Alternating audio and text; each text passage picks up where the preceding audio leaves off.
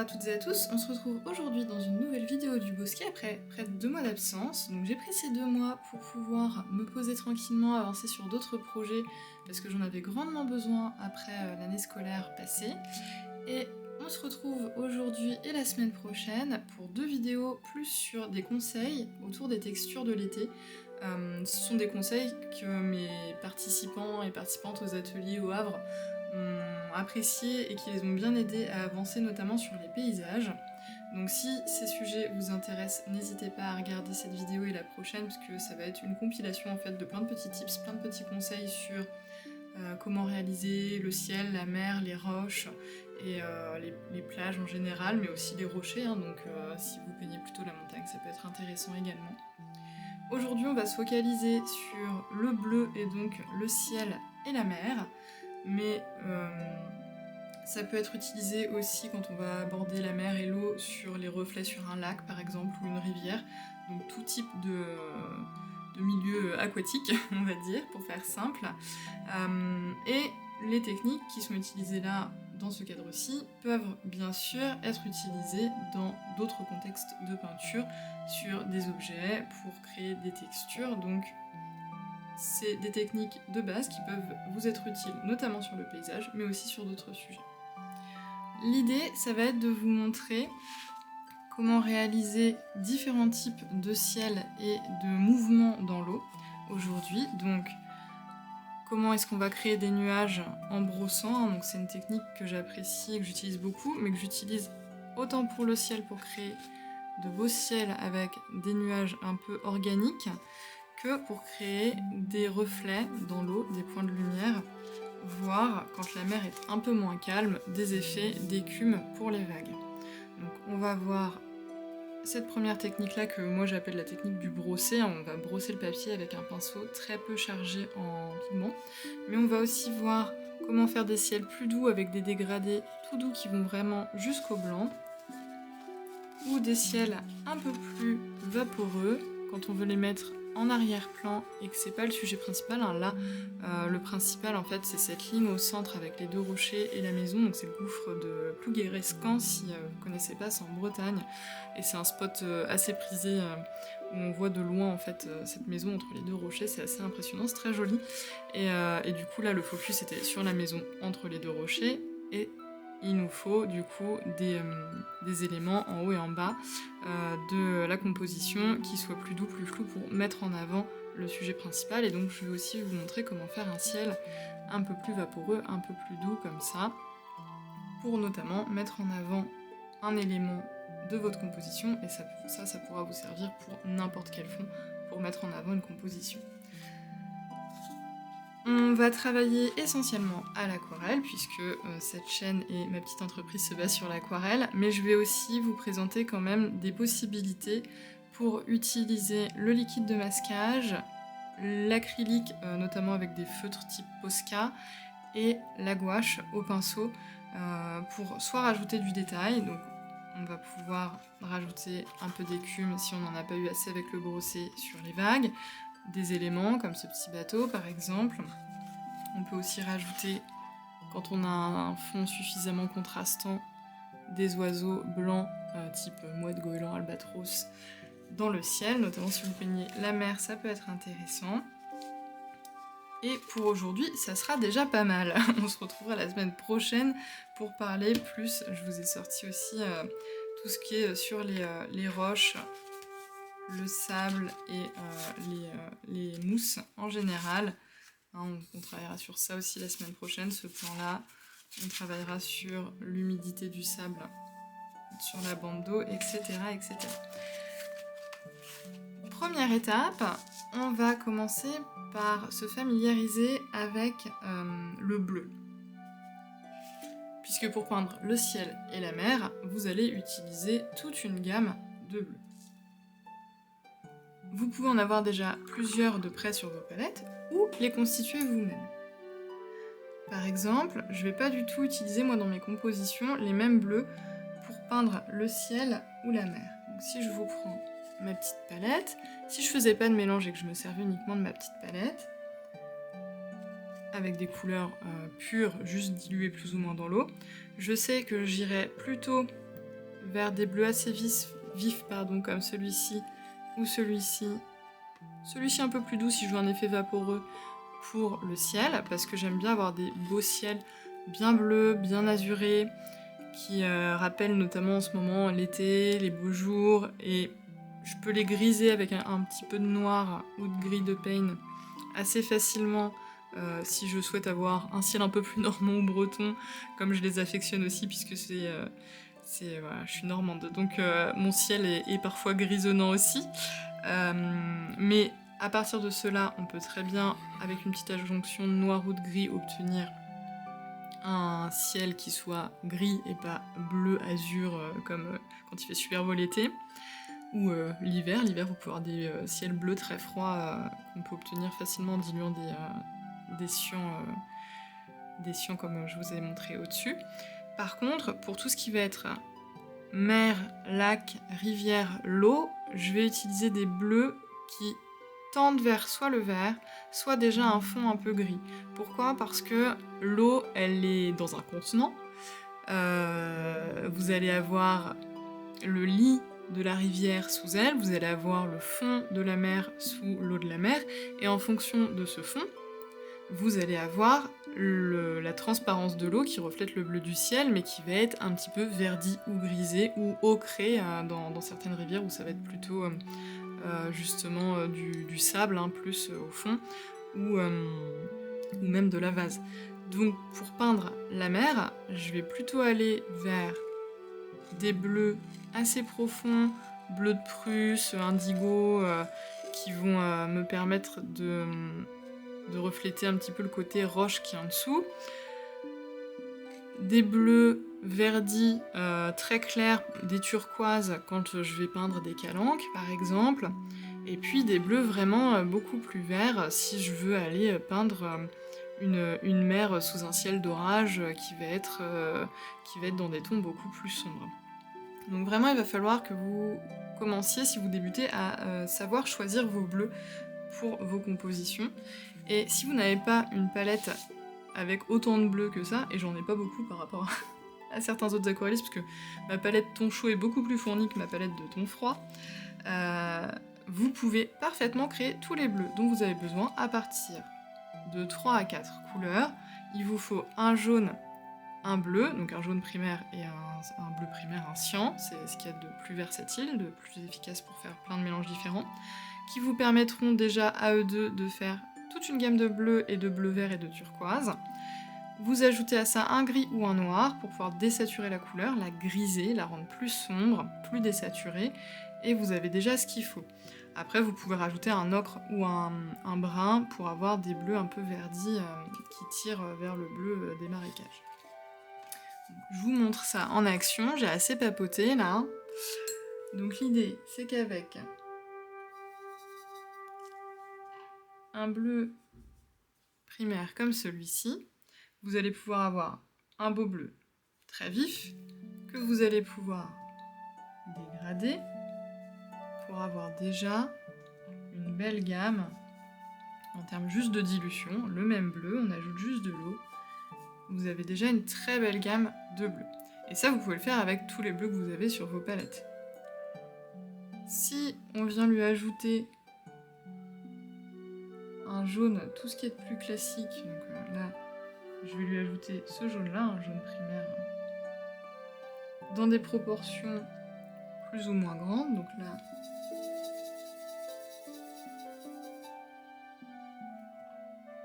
je peux avoir vraiment un vert, mais si j'en mets beaucoup moins, que j'ai plus de bleu dans mon mélange, donc là je rajoute du bleu au fur et à mesure à mon mélange, je vais pouvoir obtenir des turquoises plus ou moins intenses, plus ou moins vifs, qui vont me permettre d'augmenter ma palette en fait de bleu.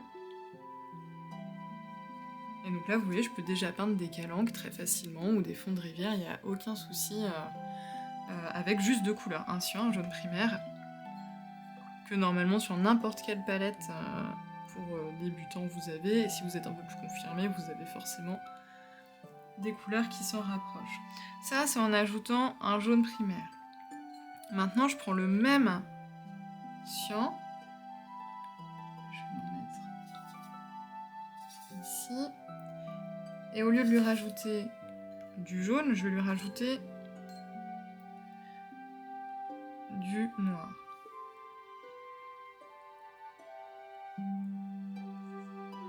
Alors on fait attention avec le noir de ne pas en rajouter trop fort parce que c'est une couleur qui prend très vite le pas, le dessus sur les autres. Donc on y va par petites touches.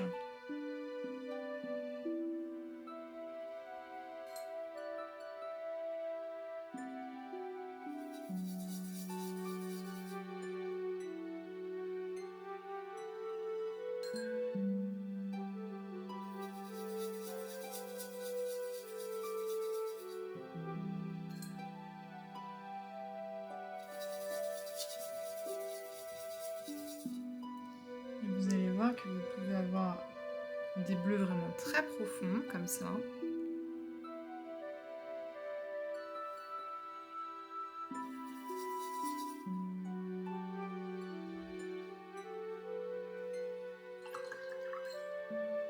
Et là, j'ai utilisé que 3 couleurs. Donc vraiment, vous n'avez pas besoin, pour peindre des beaux paysages, pour avoir des belles teintes dans vos compositions, d'une énorme palette qui vous a coûté très cher. Vous pouvez débuter avec très peu de couleurs.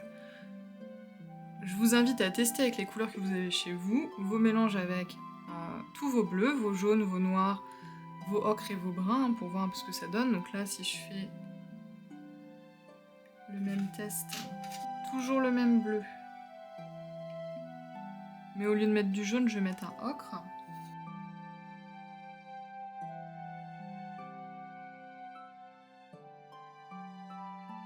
Donc comme pour le jaune, on va aller vers des verts. Hein, donc là, je mets de plus en plus d'ocre en fait. On va aller vers des verts.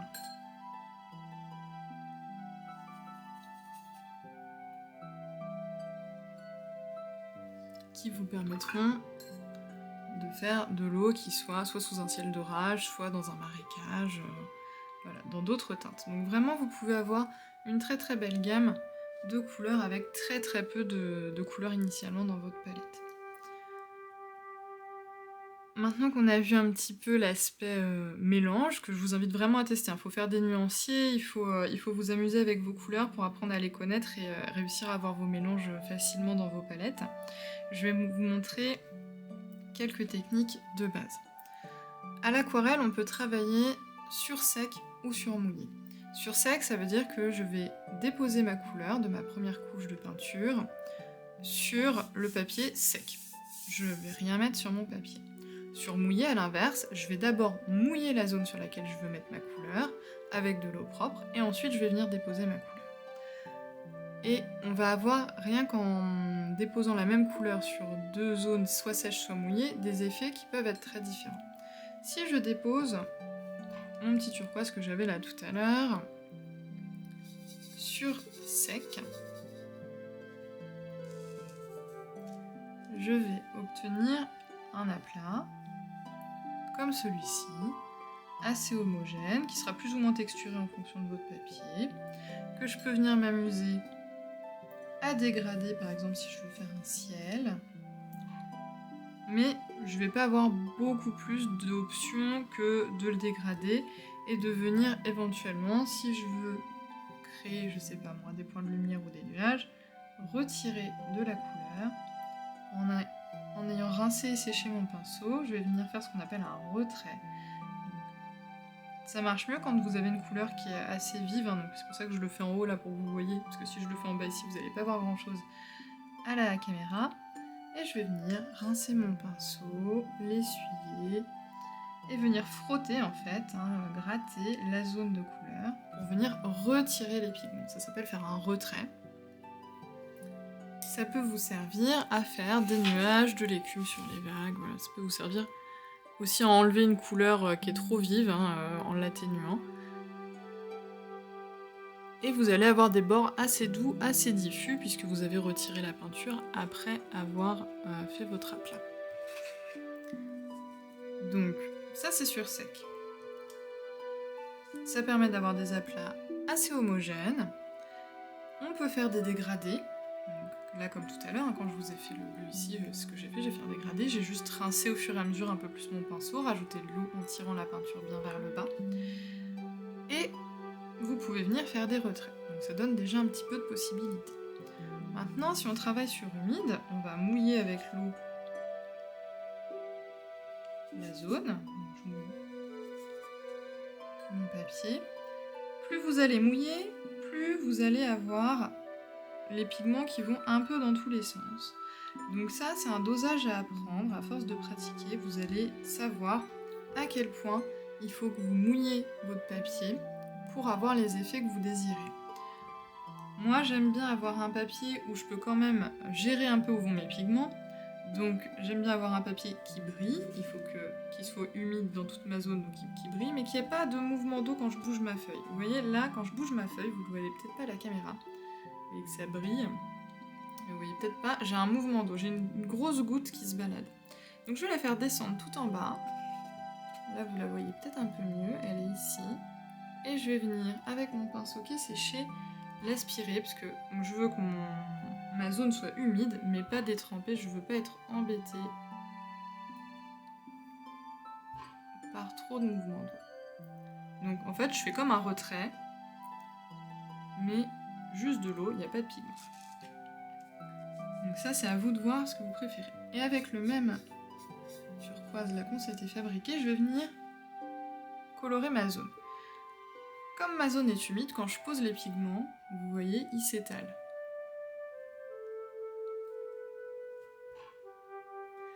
Il s'étale dans la mesure du possible. Plus c'est humide, plus ça va s'étaler et se diluer. Moins c'est humide, moins ça va le faire.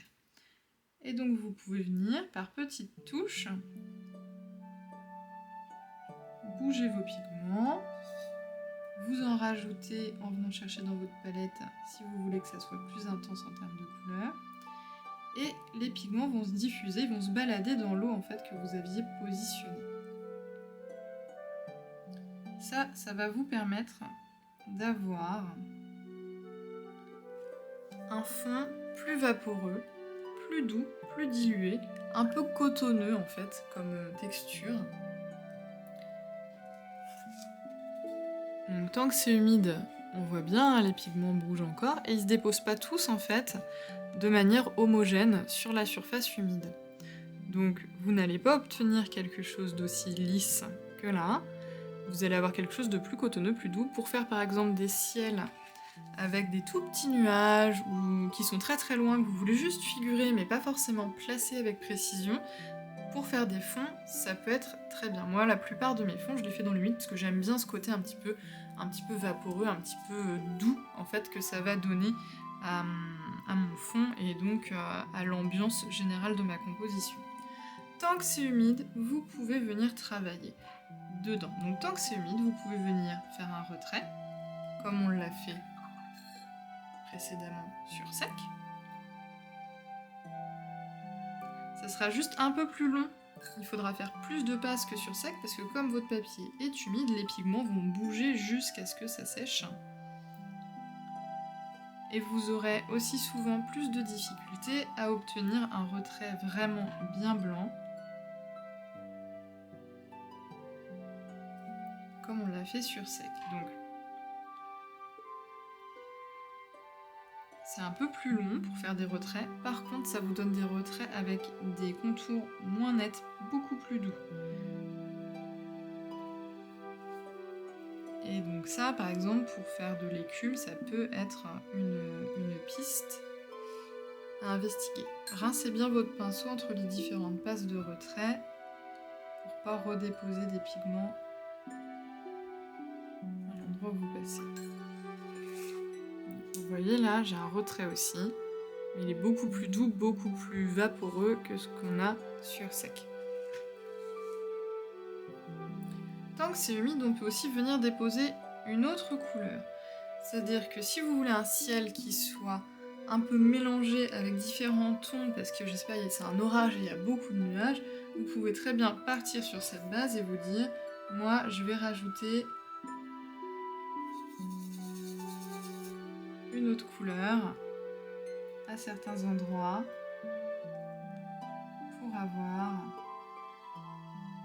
ciel un peu marbré, un peu vivant,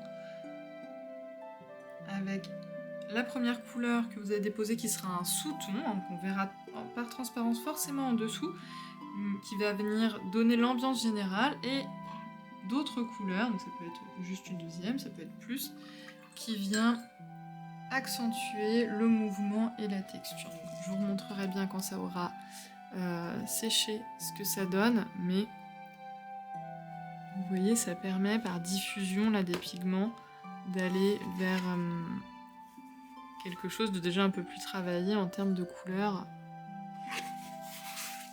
Donc ça c'est très pratique si vous avez des ciels très mouvementés, donc typiquement quand il y a de l'orage par exemple.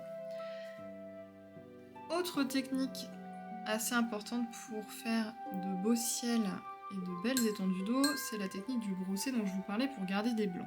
Parce que souvent dans un ciel on a des nuages, souvent sur la mer on a l'écume des vagues, et c'est très difficile, sauf à avoir vraiment pris le temps de faire son croquis préparatoire ou avoir beaucoup l'habitude de peindre en extérieur ou d'après photo, c'est difficile de placer précisément les nuages et l'écume. Et ça peut être une contrainte qui vous empêche de prendre du plaisir quand vous faites du paysage par exemple, notamment quand vous débutez. Ou quand vous débutez pas mais que vous débutez le paysage et que vous avez eu l'habitude de peindre autre chose avant. Donc la technique du brossé elle permet de s'enlever en fait cette contrainte là. Donc on va venir prendre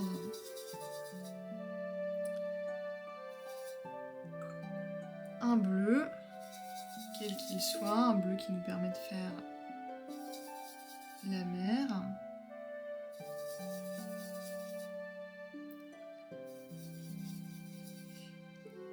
Et une fois qu'on a chargé son pinceau au maximum, on va venir le décharger. Donc en fait, je vais vous montrer ce que je fais sur la palette.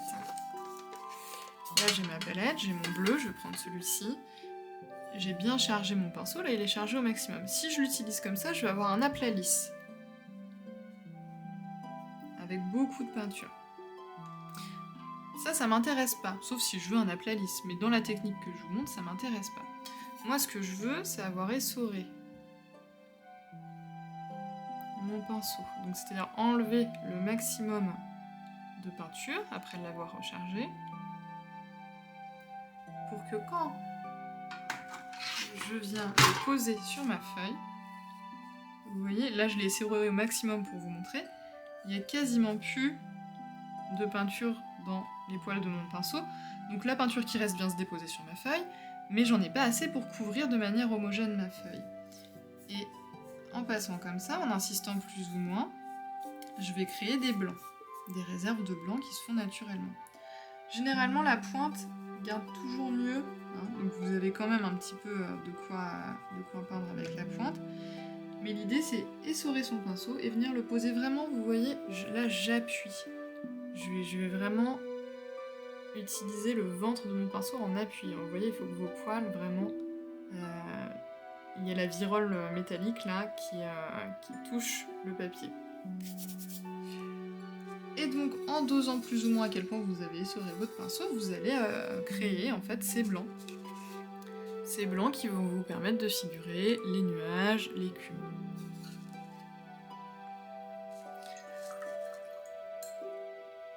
Avec ça, vous avez vraiment la base de la base pour pouvoir vous amuser sur les paysages maritimes ou de lacs, etc. Sur tout ce qui va être le ciel et les parties avec de l'eau. Ça va vraiment vous permettre de vous amuser sans trop de contraintes. Comme la vidéo risque d'être très très longue, là en finalisant en fait, je suis à plus de 50 minutes et que j'ai pas grand chose à couper ou à accélérer parce que j'ai vraiment envie que vous profitiez de tous les conseils, je vais la couper en deux, donc on va s'arrêter ici pour la première partie. Donc vous avez appris là à faire tous vos bleus et plusieurs techniques pour pouvoir créer des effets. Et dans la seconde partie, on ira plus sur de la pratique, je vous fais un petit sneak peek, où je vous montrerai comment mettre tout ça en application, donc la semaine prochaine, ou tout de suite, si vous avez du temps et que vous avez envie de regarder la partie 2 dès maintenant, c'est totalement possible, il n'y a pas de souci, elle arrivera dans une semaine, donc si vous regardez cette vidéo dans 2 semaines, les 2 sont déjà là. Et comme ça vous permettra d'avancer à votre rythme et de peut-être d'abord tester de faire vos bleus et d'utiliser ces techniques avant de passer à des cas plus pratiques. Si vous regardez la vidéo au moment où elle sort et que la partie 2 n'est donc pas encore sortie et qu'elle vous plaît, n'hésitez pas en attendant à aller vers le renvoi en description vers ce petit tutoriel là, j'en ai d'autres aussi, je vais vous mettre ce que j'ai sur les paysages maritimes, comme ça vous pourrez commencer à les utiliser, à vous entraîner si vous en avez envie dès maintenant. Et je vous dis belle journée ou belle soirée en fonction de l'heure à laquelle vous allez regarder cette vidéo, et à la semaine prochaine pour la partie 2. Salut!